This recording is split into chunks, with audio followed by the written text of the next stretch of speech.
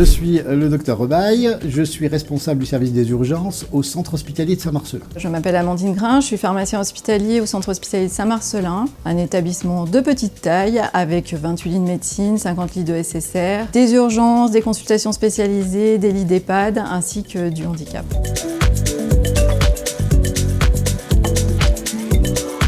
Le dossier pharmaceutique est utilisé sur le centre hospitalier depuis 2013, mais à la pharmacie en routine depuis 2018.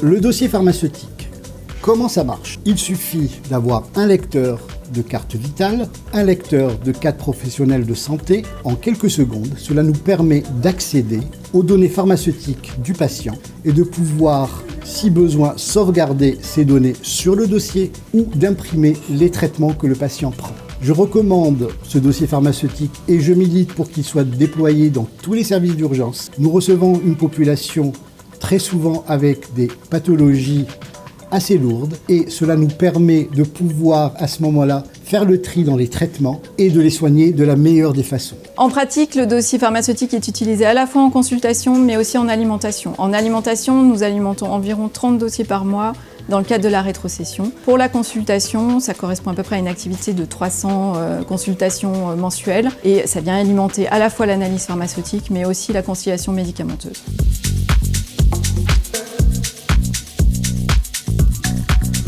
Le dossier pharmaceutique est un outil qui nous semble indispensable au service des urgences car il nous permet d'accéder au traitement habituel des patients qui se présentent aux urgences pour des pathologies notamment chroniques avec des listes de médicaments assez longues et qui nous permettent de faire un petit peu le tri dans le traitement qu'ils prennent, de voir l'observance des traitements et également de ne pas mélanger les traitements qu'ils ont habituellement avec les traitements qu'on peut leur administrer, que ce soit pendant leur séjour aux urgences ou suite à leur sortie du service des urgences. Le dossier pharmaceutique est très utile dans la sécurisation des prises en charge, notamment parce qu'il permet une meilleure connaissance des traitements des patients, à la fois en termes d'observance mais aussi d'historique médicamenteux, notamment sur les antibiotiques. Il peut même contribuer au choix thérapeutique. Le dossier pharmaceutique avant tout sécurise en limitant les erreurs médicamenteuses, à la fois en termes d'omission mais aussi des erreurs de dosage.